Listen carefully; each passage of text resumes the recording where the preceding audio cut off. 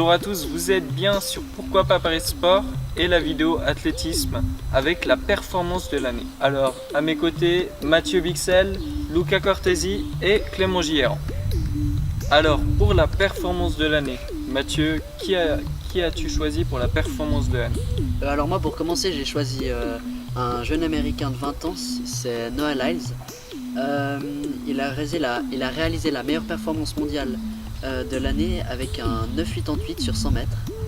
C'était lors des championnats des États-Unis. Alors Luca, quelle est ta performance de l'année? Alors pour moi c'est 8,83 m réalisé à Stockholm par le Cubain Echevarria. Il faut savoir qu'il a eu une grosse progression cette année puisqu'il a seulement 19 ans et puis ses records en 2016 c'était 7,89 après 8,28 et cette année il a réalisé 8,83. Alors qu'aux deux premières compètes il s'est fait battre par Manyonga le sud-africain.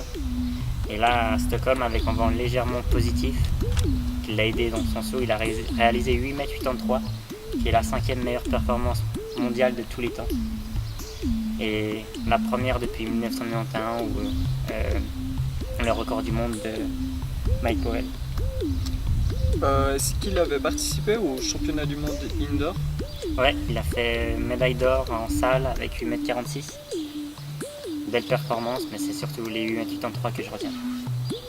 Ouais, donc Echevarria qui prend le lead dans la discipline du saut en longueur. Exact, il détrône Manyonga cette année, puisque Manyonga était vraiment désigné comme le favori. Il y a déjà eu un changement de pouvoir, on peut dire, en salle, et ça s'est confirmé à Stockholm. Un athlète à suivre dans ces prochaines années, ouais. Puisqu'il pourra aller titiller certainement le record du monde, puisqu'il est très jeune encore.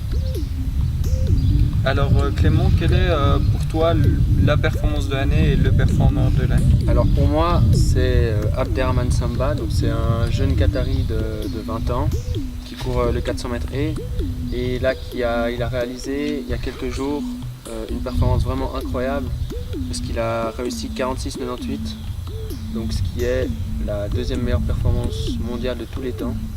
À Paris?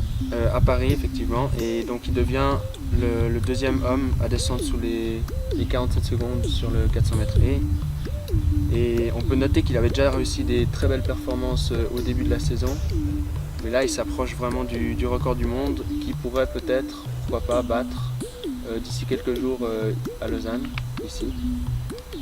On peut noter qu'il a quand même pas mal progressé parce que l'année passée il était seulement entre guillemets 7e au championnat du monde. Donc vraiment un athlète en devenir qui est très jeune et qu'on se réjouit de voir briller encore les prochaines années. Oui, Samba qui est très impressionnant et ouais, qui demande qu'on demande qu'à voir se développer, un superbe athlète. Donc personnellement j'ai choisi comme la performance de l'année un tout autre athlète, c'est Michael Norman Jr.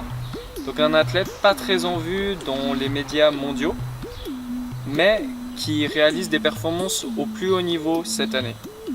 Donc Michael Norman Jr., il a battu le record du monde du 400 mètres en salle cette année dans les championnats universitaires américains. En 44 minutes 52, donc avant c'était... oui, en 44 secondes 52. Alors avant c'était le 40 Clément qui l'avait en 44 secondes 57 en 2005. Donc 40 Clément qui est champion olympique du 400 mètres maintenant. Et donc Michael Norman Jr. qui sera à Atletissima sur 200 mètres et qui a fait ses débuts en Diamond League à Paris il y a quelques jours. Donc un athlète vraiment de premier plan sur 200 mètres et sur 400 mètres. Il avait aussi, tout comme Noah Lyles, un titre de champion du monde U20. Donc je crois sur 200 mètres et Lyles sur 100 mètres. Merci beaucoup d'avoir regardé cette vidéo athlétisme sur Pourquoi pas Paris Sport. N'hésitez pas à consulter nos réseaux sociaux et notre site internet pour plus d'informations. Nous sommes sur Facebook, Instagram et YouTube. A bientôt!